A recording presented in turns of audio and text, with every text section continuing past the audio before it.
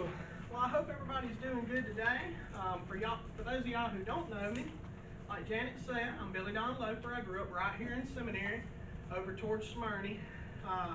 Graduated high school from here in Seminary in 2013. I have my bachelor's and master's in American history from USM.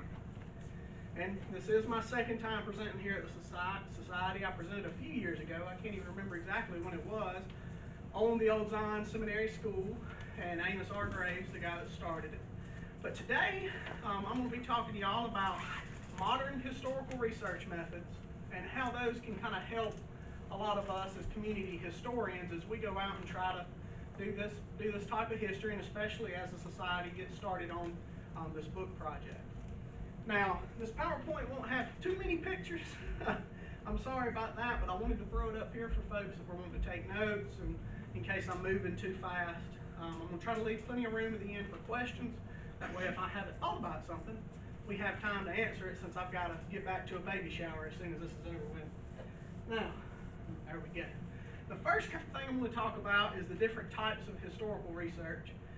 And this first one is the one that I am by far the least familiar with, and that a lot of y'all are probably the most familiar with. It's genealogical research. If you're not familiar, which I would be surprised, that's family heritage, the origins of your ancestors, looking for original home places, and trying to piece together parts of your family history that maybe the immediate family that you grew up with didn't know about. I don't have a whole lot of experience doing this. I have a little bit. I did more than I ever cared to on the Graves family when I was trying to figure out why they all named all their sons Amos. So if you're going to do that, put a junior at the end of it, because it really complicates things. When you got 3 sons named Amos, 2 other ones with the initials AR, and the granddad was AR. So it sure complicates things. The second one, and one that you'll hear a lot about on the news and never in your life will do unless you're doing it for money, is academic or scholarly history. I'm very familiar with this. I don't miss it a whole lot. It ain't what I do for a living now, and I'm perfectly okay with that. Now, I'm calling it academic or scholarly because you don't necessarily have to be working in a university or a college to do this type of research. But what characterizes this is that it is peer scrutinized. And you'll notice I didn't say peer reviewed. That's a scientific term, which is a very particular process that historians are too lazy to go through. It follows particular analytical methods. You'll hear terms like military history, postmodern history, social history, cultural history. So any academic history is kind of constructed in those frameworks. A social history of the Civil War in Mississippi, a postmodern history of the Civil War in Mississippi. And it focuses on scholarly analysis with a purpose of academic understanding. They're not necessarily looking for the most interesting stories or something that might mean the most to the community, but they're looking for something to kind of further the academy or the field's understanding of a particular topic. Because of that, it is 100% argument-based all of the time. If a piece of academic history is not making an argument, it's not academic history. You will fail a class if you are not making arguments. And that is in stark contrast to the main thing that I'm talking about today, community history. This is my personal favorite. Any academic project I did in school, I found a way to weave pieces of community history in there. It's primarily what I'll be talking to you about today, and besides genealogy, probably the thing you're most interested in. So the big things that characterize community history is that it is for a community by that community. You can't really consider it community history if it is an outsider coming in and writing a history of your town, your county, a particular part of your town. That is going to get much more into what you would call amateur history or academic history, those types of things. But real community history is typically written by the town or by a member of the town, whether they moved away or grew up there, for that town. It's written with the town in mind. And it focuses more on preserving a perspective of history rather than analyzing for the purpose of scholarly understanding. I'll go into this a little bit more later on, but a lot of your community history, or at least good community history, is not focused on making an argument or trying to convince part of the community that this happened when it was really this way, although there are some that fall into that trapping. Most of it is all about the writer or writers preserving how they see their community and using that as an opportunity to preserve their understanding for the generations that are coming later, or folks that are alive now that may not really know or understand different details about the community. So it can be argument-based. A very well-known, I don't know if I would say good, but a very well-known community history that is incredibly argument-based is Echo of the Black Horn, written by Ethel Knight.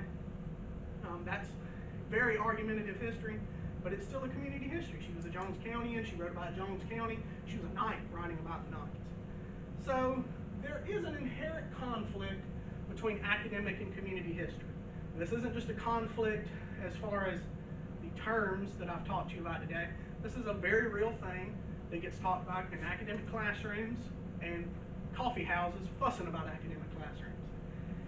Academic history can often feel like it has a sense of arrogance or self-importance that can feel like it's attempting to delegitimize past community histories. Now, I do want to say that's normally not the reality. You might have a couple of professors that have a particular bird in their sides, normally because they'll have come from the community that they're writing about. But scholarly histories need to combat what they see as outdated history can often make it feel like it is trying to push back on the older community histories of the past. Because community history, by design, has a shelf life. So the time-specified sort of perspective nature of community history is one of the best things about it for preserving and understanding for the community. And it shouldn't be something that a community historian should try to avoid, but because it is so time-focused, it is so focused on preserving the history of that town from, in 2022, how they see themselves, it is very unlikely that in 2042 the town's going to see themselves the same way. And academic history is going to always be fighting, kind of pushing back against that community history nature. And I want to be clear, I used the term earlier, amateur history. I don't like that term, because community history is not always amateur history. Amateur can apply a less than nature. Oftentimes community historians have a much more intimate understanding of their community's past than any outsider can possibly hope for. And a good academic historian knows that they need to utilize community historians as the resource that they are, not as a combatant on two different sides of a conflict. Where the conflict or the amateur nature can often appear is that community histories are inherently much more biased than an academic history. Now, I want to be clear, I'm not using bias as a bad word in the way it gets used a lot. No historical work, academic or otherwise, comes without bias. We all have inherent biases, whether it's a bias to research your own family, a bias to research seminary because this is where I grew up, a bias to research the Civil War because I'm interested in the Civil War. It's just, a bias can often manifest just as a personal interest that is pushing your research. If as a community historian you're more interested in what the Graveses and the Pickerins had going on, you're going to spend more time talking about the Graveses and the Pickerins than you are the Cranfords and the Sanfords and everybody else in Covington County. Now, I want to be clear that bias is not the same as prejudice when those two things often get conflated together. There is a difference between having a bias and preferring to talk about one thing more than the other, and specifically avoiding one thing because you don't want to talk about it and you don't think it should be included in your history. Those are two very different things. Now that I've talked about all the boring stuff, I want to talk to you guys about some research methods. Now, this is something that I think I can talk a lot on, but these genealogical resources that often overlap, I have very minimal experience with. There's a resource called Fold 3, which some of you may be familiar with and some of you may not. It is a Civil War database of all the muster rolls and all the combat records, and if you're lucky and they've got exceptionally good digitization going on at Fold 3, they'll have everything from like what encounters they were in and everything like that.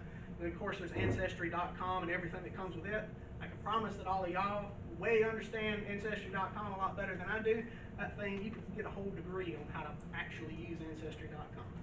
The second one, digital history sources, something I have a lot of experience in. In addition to my master's in American history, I have a master's certificate, which is just like a one-year add-on certificate in public history, which is kind of like a melding, tourism-focused academic history. And digital history is really where that field's headed. So a lot of my school work was in this. Digital history is a real fancy term for a history website that is meant to be user-friendly. Instead of something like Fold 3 where you're just looking up documents, it's something that's trying to more tell a story.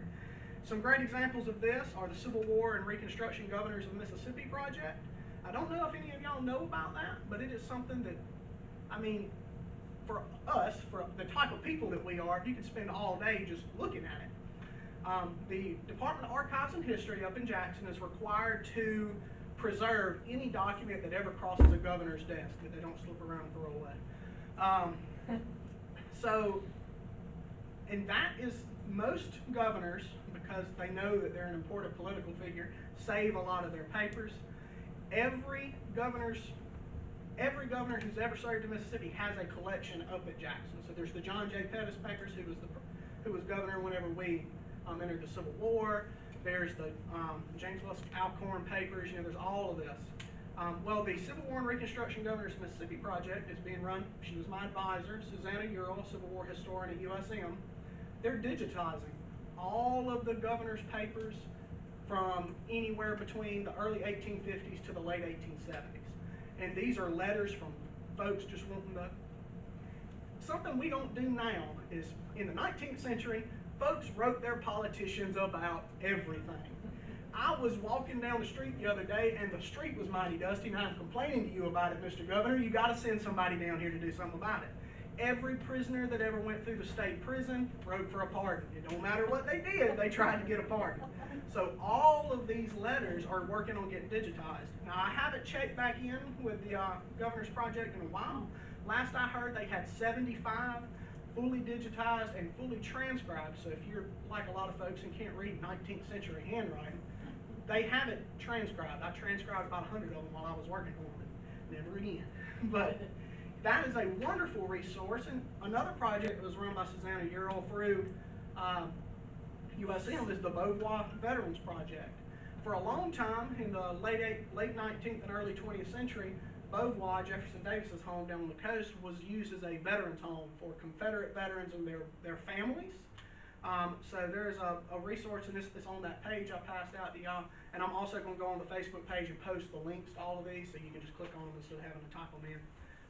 There's just amazing stories about these families who were living at Beauvoir, and it would be families, like the husband who served in the war, his widow, and 2 kids.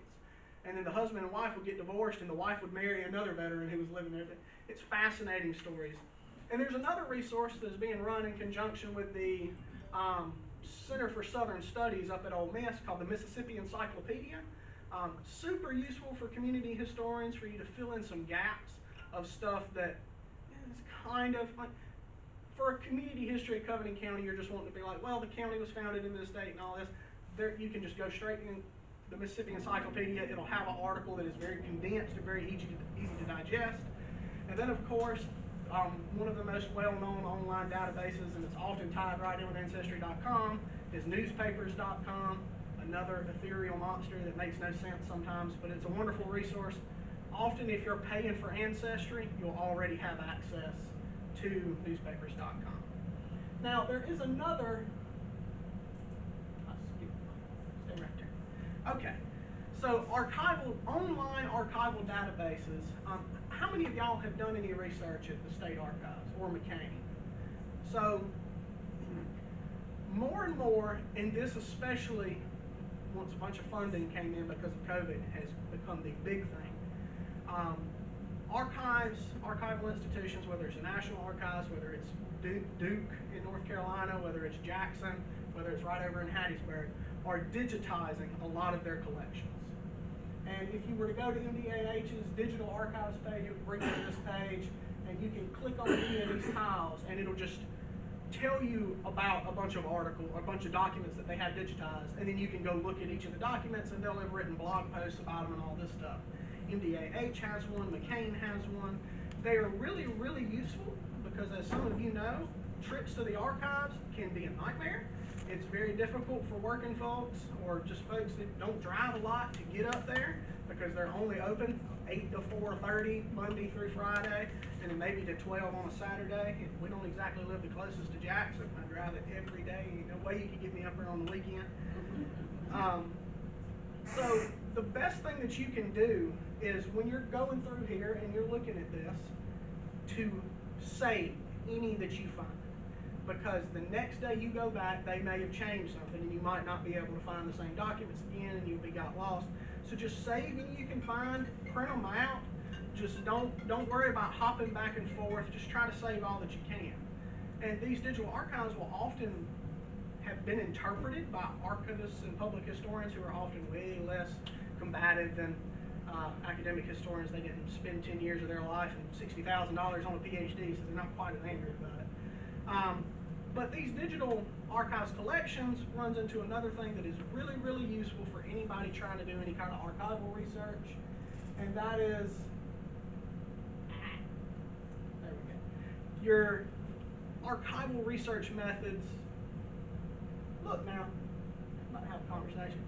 All right, your archival research methods as far as utilizing the actual archives and not their digital history sources like the online databases. Now, any archives that is larger than like what we have here, state archives or university's institution, will have an online catalog.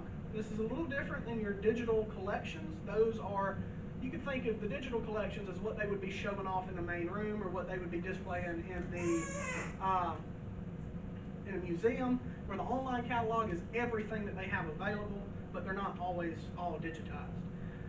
These are a really important resource for folks researching somewhere that you've never had a chance to go. So if you've never been to Jackson before and you don't already know, well, I'm just going to finish up looking at the Graves collection, then this is an important way for you to go online and be able to utilize the search bar and find good sources. Like you find out there is a John Pickering collection at NDAH that you've never looked at before, and you didn't know it was there before. So now you know you don't go up there and then have to ask the archivist, do you have anything about this? And it take them 2 hours and you've wasted half your day. You can go knowing what you're looking for when you walk up to it. Now, as you can see here, they often look a lot plainer than the digital archives collections. They're not created as the most user-friendly entities in the world. They're constantly getting updated. They can be kind of a mess. They don't offer any interpretive information. They're not going to be any blog posts written about them. Oftentimes, it'll say the John Graves collection, there's 6 boxes. That's it. So it can be useful for you to do some research before you go on to the next step of the archival research process and make sure that you're not wasting your time with a 2-hour trip up to Jackson. Now, document access, there's a couple of different ways that you can go about getting your hands on documents from an archives. If a document isn't available online, but you find it through the online catalog, or you find a collection that interests you, the first and easiest, by far the easiest way, is to just go to the archives. Especially Hattiesburg, the folks over at Hattiesburg at the archives are just some of the easiest to go and just super easy to work with people. If it's in a case, they'll pull it out for you and let you take pictures, and they're not worried about it. In DAH, it's a little bit funnier about stuff, but they're still not particularly difficult. The easiest thing to do is just go to the archives. It'll save you a lot of headache if you know that there's something there that you want. More and more, and this will be news if some of y'all haven't been to MDAH in a while, archives are letting you take pictures with your cell phone. You don't have to pay 20 cents a copy to get some photocopies that look like they've been sprayed with black spray paint. Now you can just take pictures with your cell phone. MDAH just started allowing that in the last couple of years. McCain has allowed it for like the past 10 years. The second way is to reach out to an archivist either through email or phone. All archives will have a customer service number, or you can email a publicly available email, or if you're on a conversational nature with an archivist because you've talked to them a bunch and they've given you their card, you can shoot them an email. Now, I'm not telling you that if you email them that they're going to send you scans of every document in the collection, but they might be able to provide some assistance about what's in the collections if there's not more information online, so you don't waste your time going up there. Oh, the John Graves collection is just a bunch of receipts from the grocery store he ran. It's nothing else.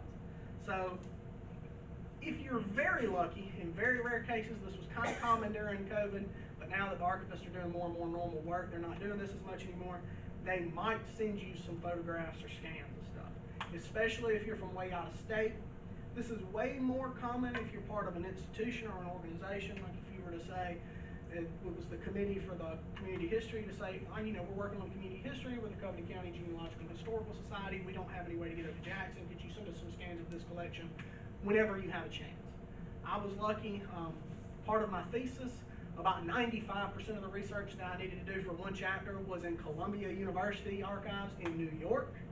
And this was in the middle of COVID, because the university would have paid for me to go to New York, which I really didn't want to do in the first place.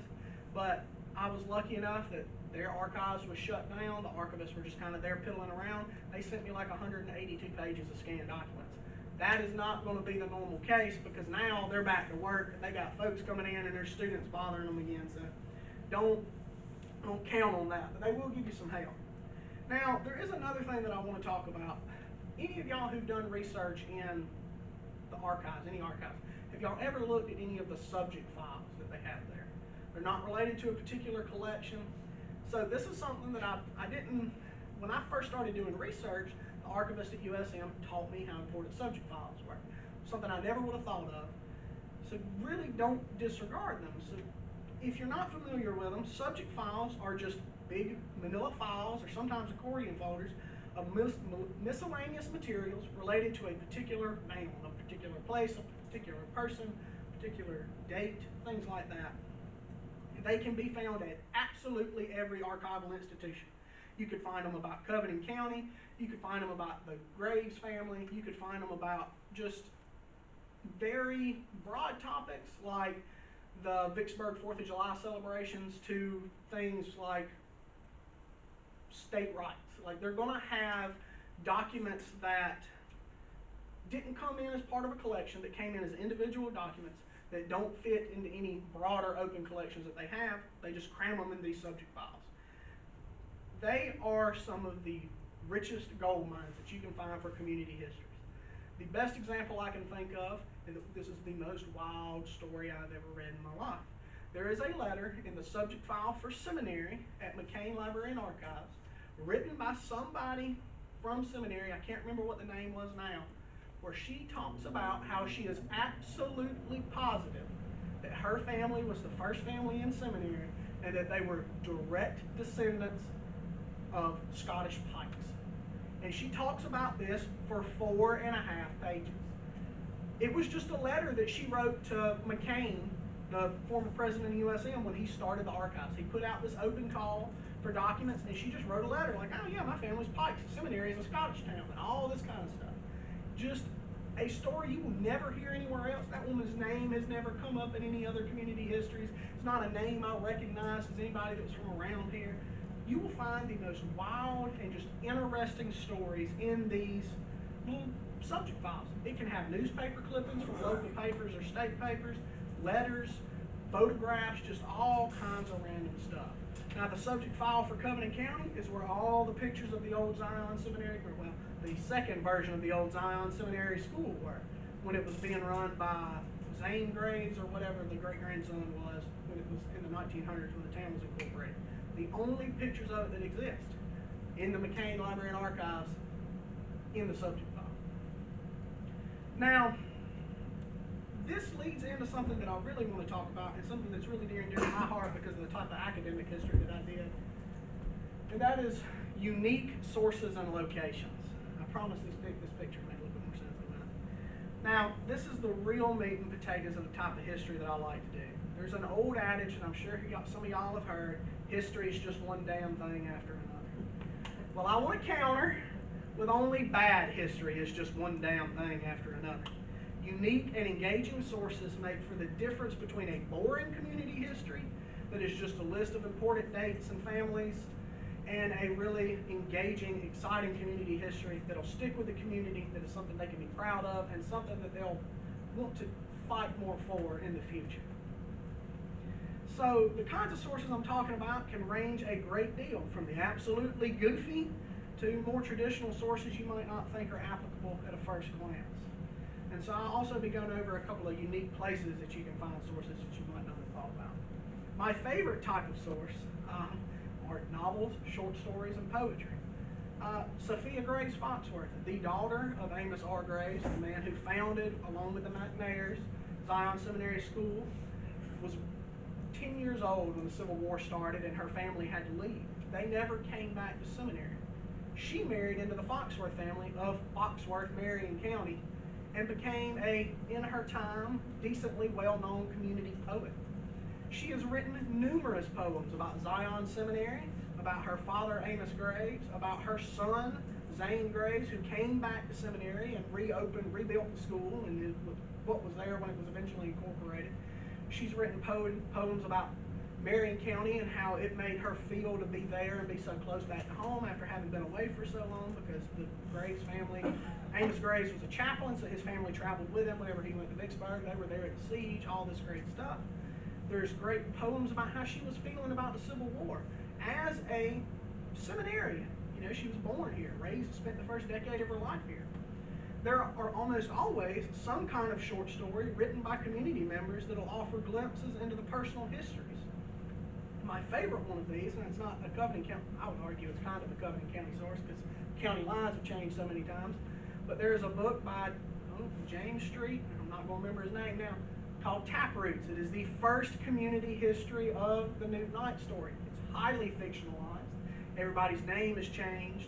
The name of the town's changed. The name of the county, where the county is changed.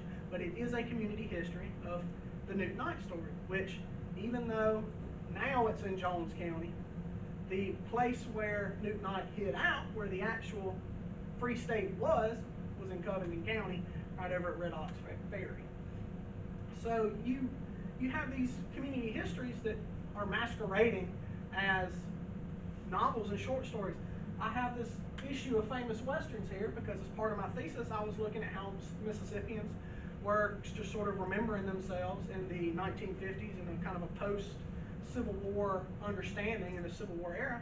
There is a short story written by a man from Jackson in there. He never wrote anything else, and it talks about the Civil War. So you have these great sources that can provide some context, not just about what was going on in your community, but about how community members were feeling while these events were going on. And that can make for a really rich community history. Another place, and a much more normal place than short stories and poems, is your courthouses and your circuit clerk's offices. I can't stress how important it is to go and look at these original deeds, and when I'm not really talking about modern deeds. Modern deeds are pretty boring and useless. But the original deeds written in the 1800s and the early 1900s and the original land tract records are hilarious. My favorite thing I've ever found in any source was in the original land tract records when I was finding out where my grandparents' home place, who originally owned it, was describing where it was, and it had the township and everything, and it said 1/4 mile from the old stump where such and such raises pigs. I guess that kind of things. And you know, that's not necessarily a rich nugget of historical information, but those kind of little pieces of salt and pepper, folksy flavor, are what will make somebody who's reading your community history go, okay, now I know about the community, or oh, now I know about the community. You're knowing how people were behaving, what they were seeing.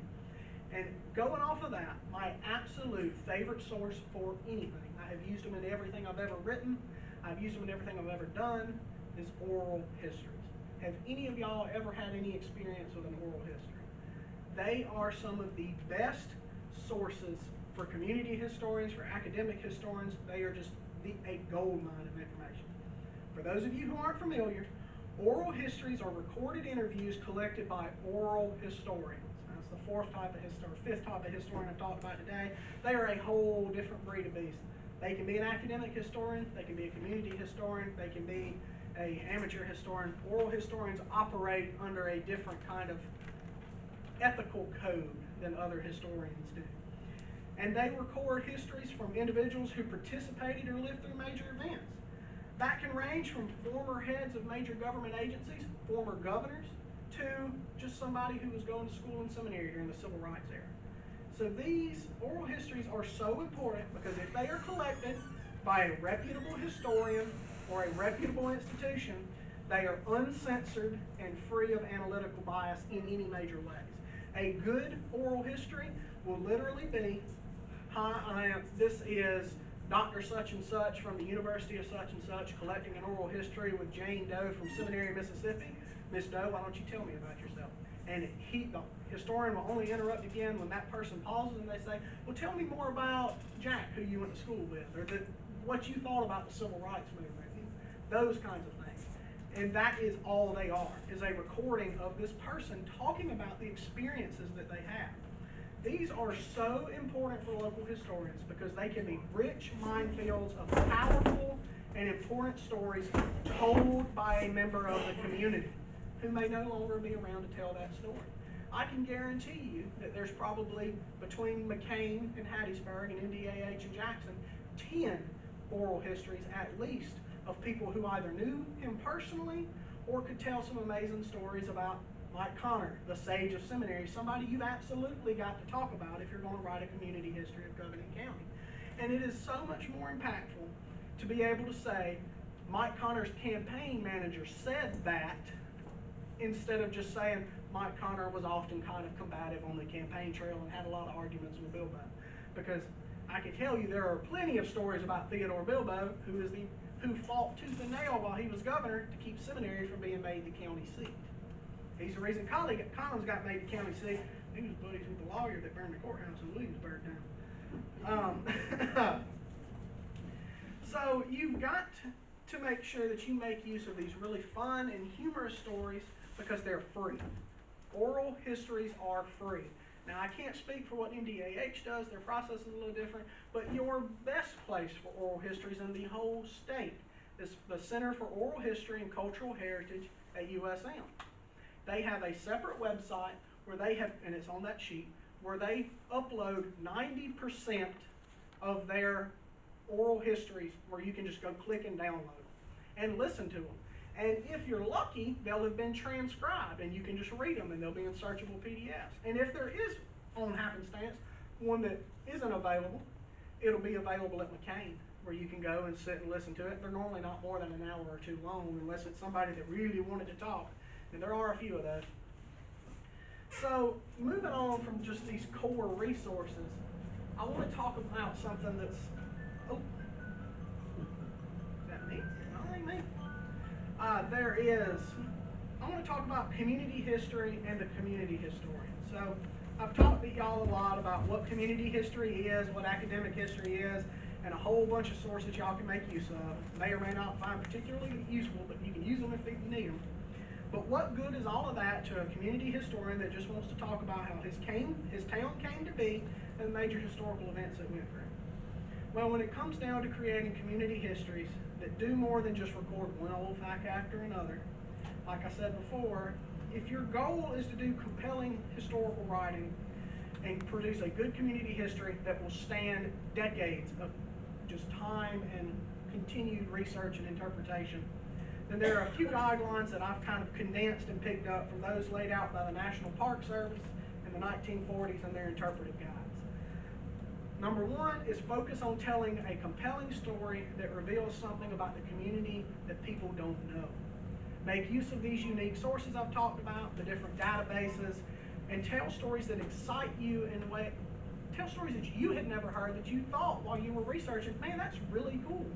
Chances are the people who want to read a community history are going to have those same thoughts.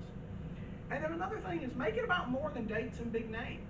The little folks like me and y'all have just as much history in their communities as the big names like the Pickerings and the Cranfords and the Sanfords.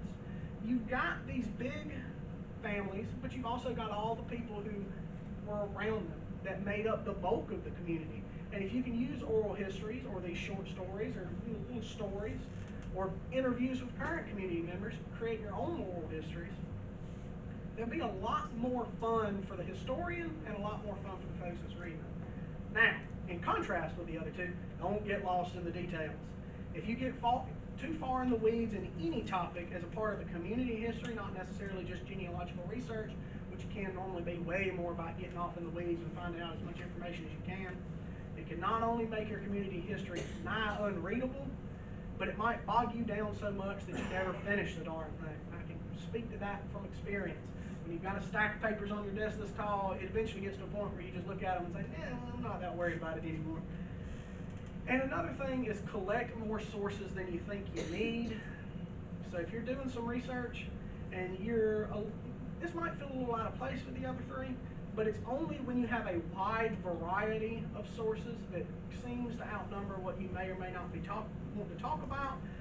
As you start writing, these pieces will start falling together in ways that you didn't expect. It's better to have to set research aside and not put it into the history than it is to have to stop in the middle of writing the history and go back out and do research. So Now, what qualifies me, besides being from seminary and a whole lot of education, to stand up here and tell a lot of folks who more than likely know just as much about me, about seminary as I do, or more, and have put way more time into researching it than I have in the past couple of years? Well, nothing particularly besides being from seminary and a bunch of education. But I do have a lot of experience doing public history, doing digital history, doing academic history, and a little bit of community history that I can get in there. And for whatever it's worth, I have way more experience researching than I ever thought I would when I was growing up. And these, whether it's academic, public, or community histories, and in every one of these research ventures I've found that making use of these research methods have helped me keep my research fun for not only me, but the folks who have to read it. But beyond everything else, there is a single rule that must be followed when writing community history. Write the history that means the most to you. If you look around in this room, demographics are pretty particular.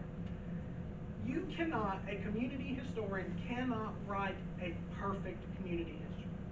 There are things that you didn't, that the committee that writes the history that's coming up won't have experienced. There are things that we can't have had every experience that happens in the community. A community historian shouldn't feel like they're obligated or required in the way that an academic historian is and should be to tell everybody's story.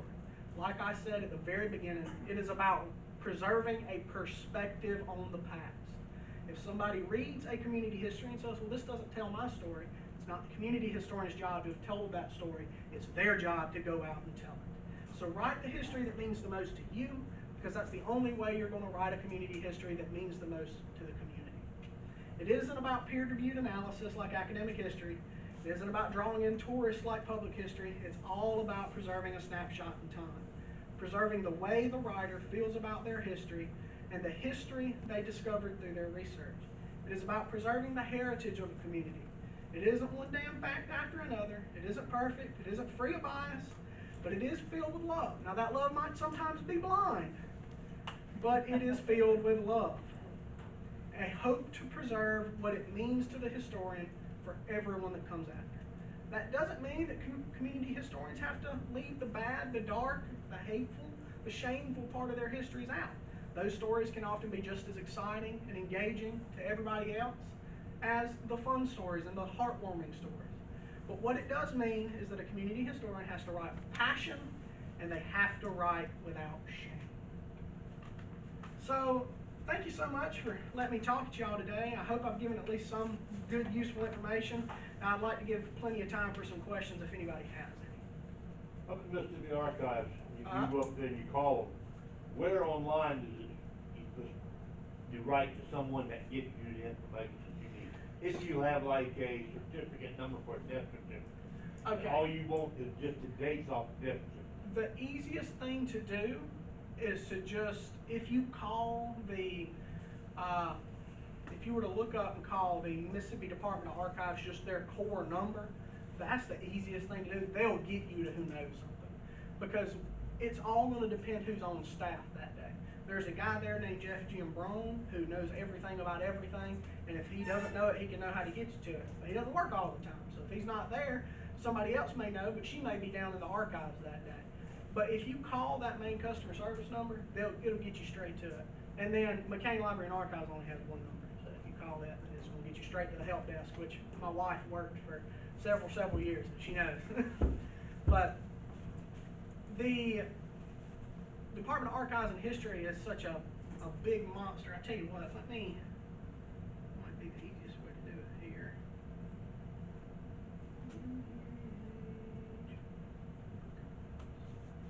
There is a number, I can't remember it off the top of my head. I'm going to find it real quick for you and write it down.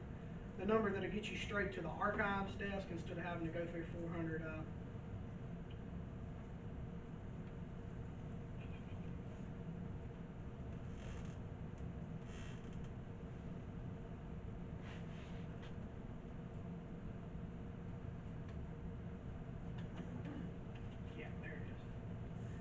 the help desk number. I don't know what number Google sends you to now, so I'm actually going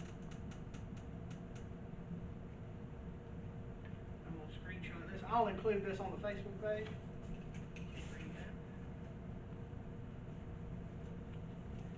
call this number, that'll put you straight to the help desk, and somebody there will be able to help you.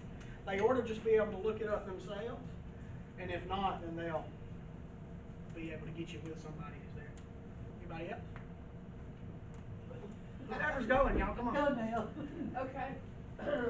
Back in one of the earlier slides, you said, and it was the bottom bullet, something about subject files.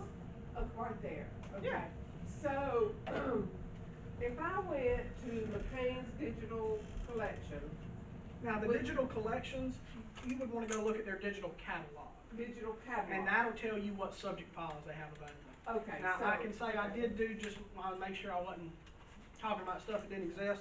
MDAH, or McCain has one about Seminary and Collins, but then MDAH just has all of Covington County lumped together. Okay. And the way this works is if you're searching on that catalog, now normally they don't use a whole, they'll use individual documents in the collections, the digital collections. Those are more like interpretive exhibits, but they'll still have pictures of the documents and everything. The digital catalog, just say you're like, well, I'm just going to find stuff about Covington County. I'm just filling in some blanks. I'm not looking for a particular name. If you start searching for names, it's going to bring up families. Okay. You just type in Covington County, and it'll pull up a thing, and at the top it'll say Covington County subject file. That's it. And when you go to MDAH, you say, I want to look at the Covington County subject file. And they'll say, you want to look at the whole thing? You say yes, and they'll tote out this big accordion folder, and you look at it. And then inside the accordion folder, it'll be newspaper clippings, photographs, letters to home, that kind of thing. So does McCain have such a thing? Oh yeah, Okay. any archives.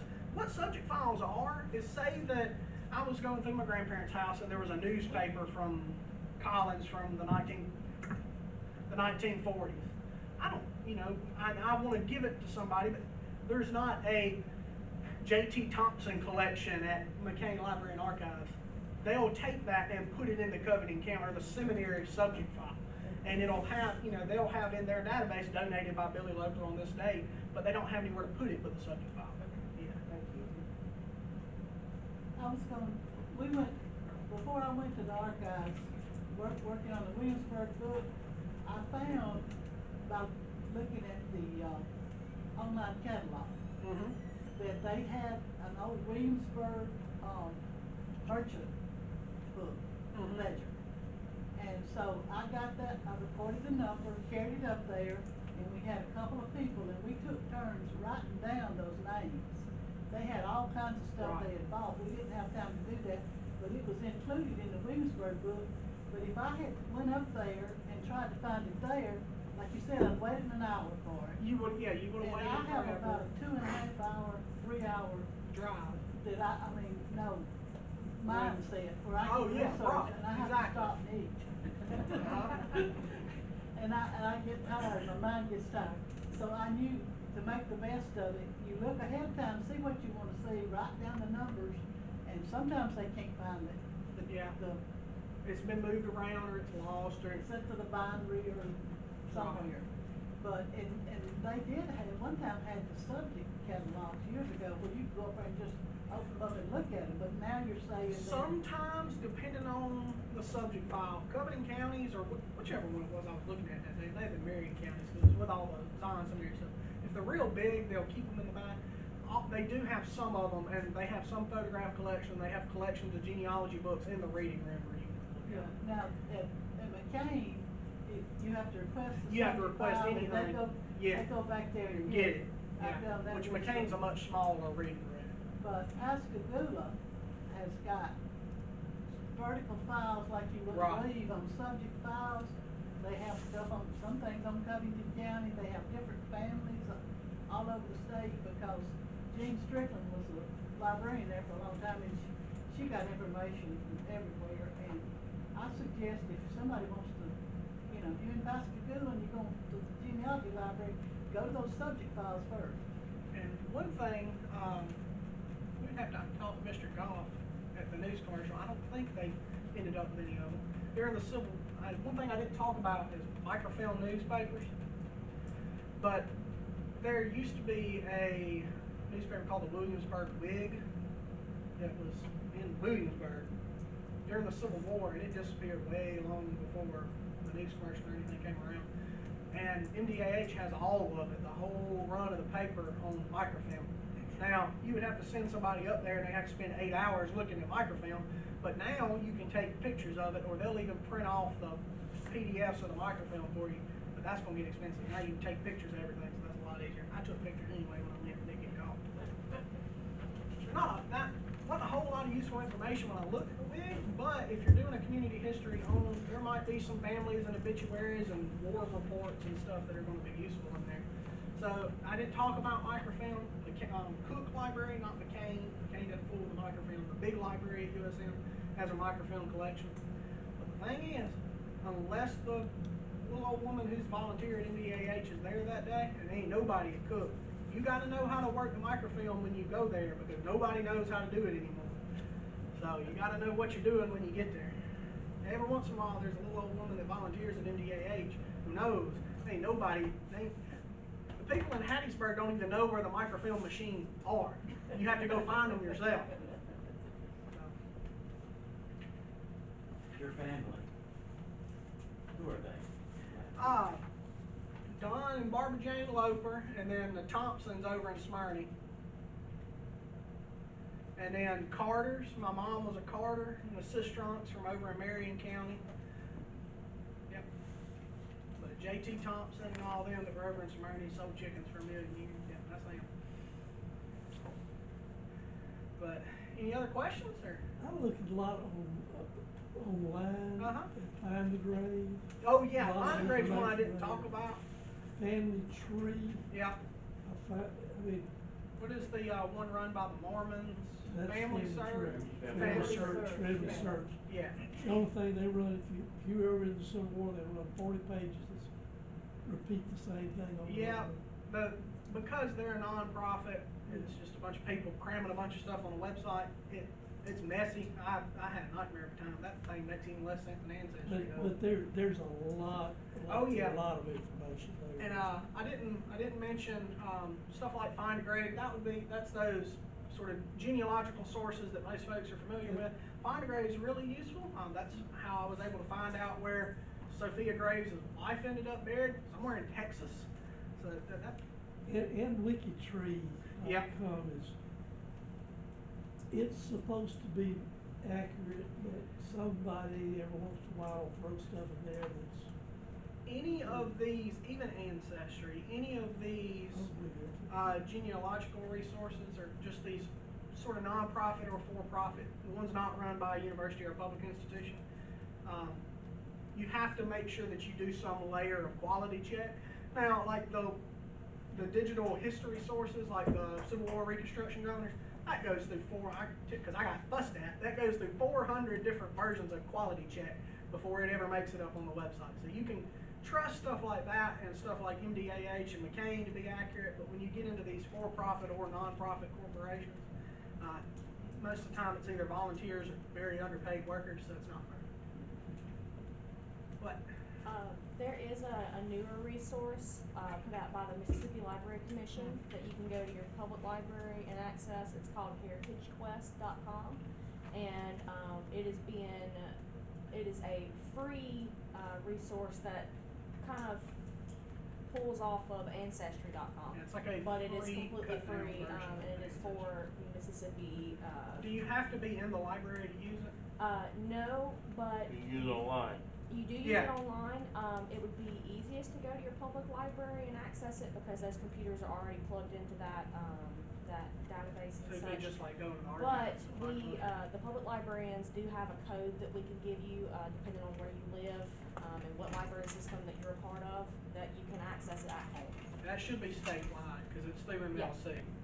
So Yeah, free it's service at the it's state any level. public library. So you said you were from Summerall, the Lamar County Library System would have access to that.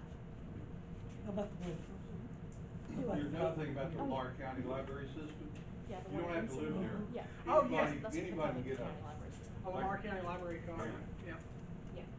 And your bigger library systems, like Hattiesburg Public Library has a history and genealogy room. If y'all have ever been in there, it's up in the tower. It's not just genealogical stuff. There's like ancient community histories that are published in there. There was when I was doing research for my thesis, there is a old,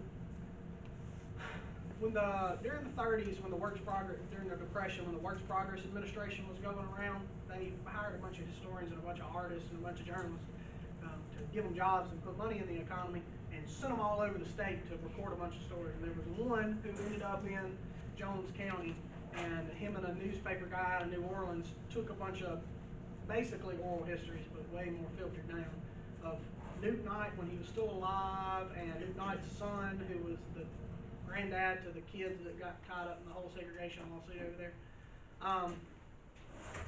There's a little community history. It's like technically written by his son, but it's all this WPA stuff. Can't remember what the name of it is.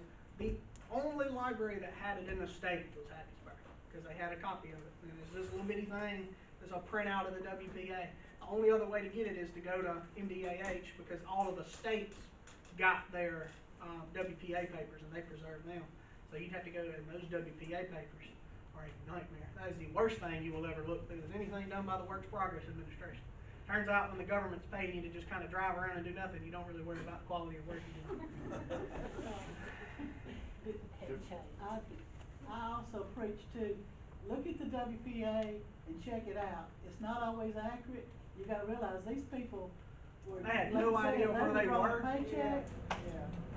But they have done some wonderful work too, but don't trust it. My favorite thing that I ever found, and the WPA published this guide, and so they did one for all the states at the time. The Traveler's Guide to Mississippi, it's not particularly accurate anymore, because when they're talking about Highway 49, they're talking about Old 49. But my favorite thing is that down towards the end of the chapter talking about coming through this area, he describes leaving Collins and driving to Hattiesburg on Old 49. And he says, long vasts of nothing and pine trees. Old 49 goes right through town. The seminary is not mentioned one time in the whole book. It goes right through town. I think the guy from WPA was sitting at a hotel in Jackson going, oh, ain't nothing in between there. Yeah, exactly. He would have went right through the heart of town and right through Sanford, which was the big part of town at the time. It was because that's before the railroad. When the railroad had just started going through, Sanford would have been where everything was. We drove right through it. It ain't anywhere in there. No mention of the Cranford's drugstore would have already been here. Zion School would have still been wood. WPA something. One thing I've said about WPA, they didn't go up in northwest Covington. They didn't go to Dump Ditch and Lucas Hollow. They were scared. That was some good history of that. Yeah, but I mean, and that's the kind of thing that I'm talking about with these like unique sources and stuff. So that guidebook's got a little bit of stuff in there for Covington County, but it isn't particularly useful information. But that story is something that you can throw in there. That Covington County, this place with this rich history, seminary that birthed the governor, one of the most well-known governors in the state in that era's history, didn't even mention on the paper. It's a fun story that you can kind of weave into your community histories and use it to tell a good narrative.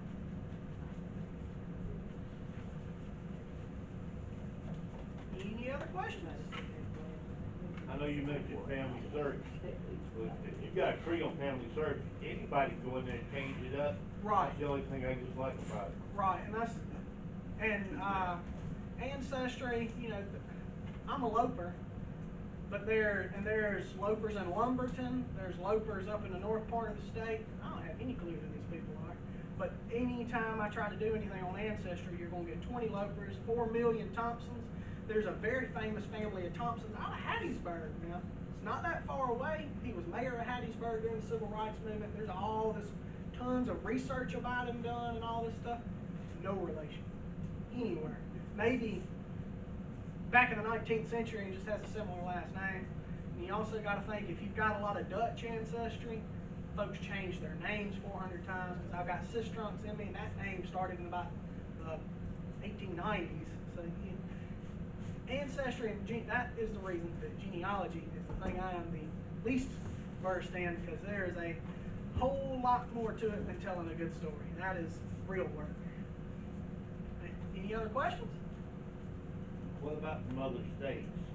So that's going to be, when you're getting down into it, I guess the best example, the Civil War and Reconstruction Governors of Mississippi thing. is not an original idea. It is this trend in public history across the country. It originated in Kentucky. So there is the Kentucky Civil War Reconstruction, the Civil War and Reconstruction Governors of Kentucky. I think Alabama is starting one. I think Tennessee is starting one. You'll just have to, there is a good chance if you're like, well, I wonder if there's any information about what my family in Kentucky was doing, or what, you know, this part of the community ended up in Kentucky during the war. I'm wondering what they were doing. You can, if you look up Civil War and Reconstruction Governors of state, it'll pull up whether or not they have one. What about Revolutionary War? Nothing like that has been started for the Revolutionary War. Unfortunately, the Revolutionary War history is getting, Civil War history is hot to trot right now. Academic history, whether it likes to admit it or not, follows trends, and it chases those trends hard. And right now it's chasing Reconstruction, which is a period of history that doesn't really get talked about a lot, and is really, really important to the South, because, you know, we got torn apart and put back together by 18 different people. But there's not a lot of research. Now, if you've got family out of Boston, the Boston Public Library has got a million different online things about the Revolutionary War. Unfortunately, a lot of your Revolutionary War era research is done in New England. And as we know, if you're from New England, you're going to be biased to do New Englander history, so they're researching stuff. If you've got family out of New York or Boston or anywhere like that, chances are you'll find something. Just go to your public libraries are going to be your best place to start, because even if they're not doing something, they'll often have resources linking back to it. But it's going to be hard to find stuff about the Revolutionary War, because it's kind of a redheaded stepchild. And then the people who do like to do Revolutionary War are social historians, who are like who are numbers people. They like talking about what percentage of 18-year-olds went and fought them. And they're not real interested in telling the strange stories and doing all this kind of like high-end digital history and stuff. USM has one Revolutionary War historian. He will be involved in the digital history project exactly 2 minutes after hell freezes over. So, he is just Revolutionary War history is, he calls it old man's war. It's history that old historians research, and they just don't get involved with the digital stuff. Civil War history is more cutting edge, I guess, even though it's... Well, most of the people here, even in Covington County, came from the Carolinas. Right, which has a ton of Civil War history. Well, and that lower, whatever you want to call it, upper South, Chesapeake area, the Carolinas, Virginia, they'll have some good digital history projects too. What is the name of it? A fantastic digital history resource is the American Battlefields Trust. I think there's a division of it for the Revolutionary War and a division of it for the Civil War. I'll try to remember to go back and add that to the Facebook post I made, all these resources. They'll have like maps of battlefields. They have one for Shiloh, they have one for Corinth, and then they have one for up in the Carolinas. So that's another really good resource if you're really interested in like talking about military history. That one slipped my mind because, you know, I talk about the Civil War. I like to talk about the home front. The number of soldiers doing X and X in Vicksburg makes my head hurt. I had a cousin that entered the Civil War as a private. When he died, he was a brigadier general. He taught at the military college, he taught at King Mountain College, he taught at Citadel and Sterling. There is also, this is somewhere I've never gotten a chance to research, there is an old military school in Holly Springs, Mississippi, very north part of St. Marshall County. Eventually, I'm sure there's something about some Covington Countyans if we ever got up there, because a lot of us ended up in the state. One thing that is confusing, just for everybody that ends up on the committee writing the community history, mustering in Covington County was a disaster. Amos Graves is recorded as mustering in, it's either in Jones County or in Enterprise, but they joined out here. They didn't do anything until they didn't write everything down until they got to Enterprise. I don't know if they were out of ink or what the problem was. Civil War, and which is kind of a genesis point for a large part of this county, is where a lot of the county's history gets kicked off, is a disaster of logistics and recording. Nobody wrote anything down, and again, you've got this problem of, for whatever reason, folks just naming their children their names. So you had Azariah R. Graves, who was the Postmaster General here in Covington County, who for a long time, folks, was the guy who started Zion Seminary, but it wasn't. It was his son, Amos R. Graves. But the reason people get confused is because Amos R. Graves had a son named Amos R. Graves and another son who went by A.R. Graves. I don't know what his name was. So yeah, you're going to get in, when you get into stuff like that, that is why those digital history resources like the American Battlefield Trust or the Civil War and Reconstruction Governors of Mississippi can be really useful even if you don't find a bunch of information there, because public institutions with big staffs have already gone through and pieced all this together. And a good thing about stuff like the Civil War and Reconstruction Governor, that project, and I'm going back to that one because I worked on it for several years and I'm familiar with it. There are several others that are just like this. They have gone through, and if you're looking at the website and you're reading a transcript and you see a name, Mike Pickering, and you want to go see, well, did he write any other letters to the governors? You can click on his name, and all the ones that he was a part of will be pulled up. So there's a lot, or if you see Seminary, Mississippi, or Covington County, or Williamsburg, you can click on it, and all of the letters related to Williamsburg will pull up. Now, the project is not done, so all of their letters are not there. If I was real nice to her and called her when we get started on that community history, I can get a hold of the historian who's over it, and she could probably send me everything that's related if I don't already still have it, because I still have files and files and all that stuff. We just have to make sure she knows what we're using. Which was the most accurate for the military for Civil War? Old 3. As far as like finding out who was where and when, but Fold 3 is not perfect.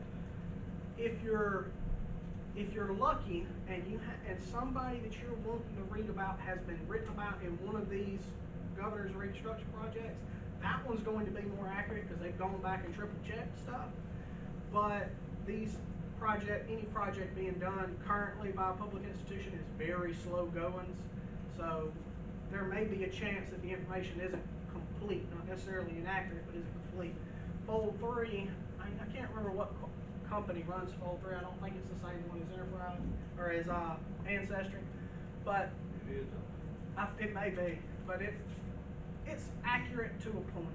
The only place where its accuracy has ever bothered me is they'll have 800 documents that are the same, kind of what Family Search does. They have like 4 copies of the same thing. But in cases of this, like the weird Graves family and naming everybody the same thing, he got confused too.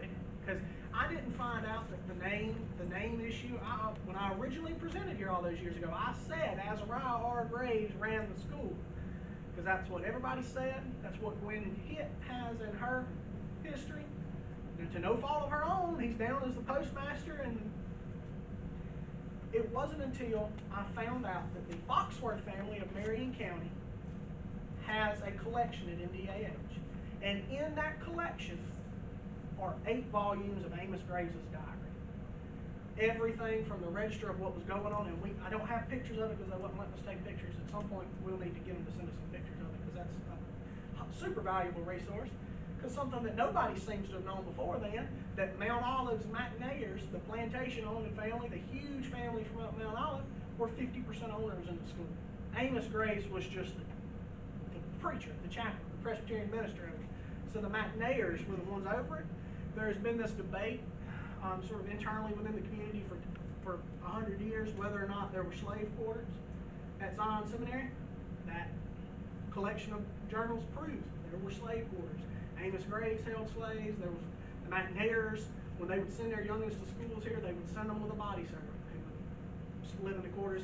They weren't working fields or picking cotton. They were hand servants for the youngins who came and stayed here. So, you have this information like Amos Graves wasn't even always in the county. He was traveling, doing traveling preacher's work and leaving his wife to run the school most of the time. So there's stuff like that. That's where the archives are going to become so useful and why you got to think creatively. Because I kind of found out, I wasn't confirmed or sure that Sophia Graves Foxworth was the same Sophia Graves who was on the 1860 census. It wasn't until I went there and looked at the Foxworth family who, in that paper collection, happened to have a a book of poetry written by Sophia Graves Foxworth. And you can still buy this book of poetry on Amazon right now. It's been republished, it's well known enough, it's called The Old Mansion and Other Poems, it's well known enough that it's still being published, written by a girl born and raised in the seminary. Yep, I have a copy of it. I got a school paper now. But alright guys, any other questions? I hope I've at least given you some useful information, and I've got that list of resources. I have the URLs out in parentheses. If you type them in exactly like that, it'll work. I am going to go on Facebook, maybe not today, got the baby shower, but later on this weekend, and post them where you'll just be able to go through and click on them. You go straight to it, it'll take you right to it. Facebook is listed your name or? Yeah, it'll be listed as my name. So on the on the Covington County and Genealogical Historical Society Facebook page, I'm going to make a post of all of this and my PowerPoint and a recording of the entire presentation. Now, it may be Monday, it may be late Sunday before I do that, but I'm going to get it done. Nothing to do with this, but I have a book that was written in 1913 about a Wesley Nichols who fought from South Carolina, all in that area. And it's just a diary of stuff. Mm-hmm. And I also have a 4 by 15 page that announced the secession of South Carolina from the United States. And I don't know if it's an original or a copy, but it's old. If you bring it next month, we can look at it. I know that it's probably not going to be what you would run into with those secession documents. I only know this because I ran across an original copy of one at NDKH. The originals are going to be up at they're in the state capitol, but they would do printouts like This one was sent out to presses, like right, yeah. and they would send it to all of the newspapers that were registered with the state. And there's a good chance that for whatever reason, and I stand by this, paper from the 19th century was made different because it lasts. Yeah. It lasts. But this one's only 3 inches wide, 4 inches wide, 15 inches long. It's been long enough that it's torn in half. Yeah. But I believe it was some of the original stuff they sent. Yeah, it would have been like about the width of a piece of newspaper, but kind of narrow because they would have sent it to the newspapers. Yeah, and that way they could set it in and make typecast of it. It would make it easy for the newspapers to, because that was printed in every state newspaper. I'll quit doing that in a minute. Mississippi's secession document was printed like. There again, this is South Carolina. Right, which would have been first. My great-great-great-grandfather brought a ledger page from a store where he had bought goods in 1869. And at the end of it, it says paid in full, and they tore it out and handed it to me. Yep, I have, I found somewhere I think it was in that Sophia Graves collection where they paid for Amos Graves' headstone in Texas where he ended up buried. So it's just all kind of weird stuff, but I do gotta run. Thank you so much. Thank y'all so much.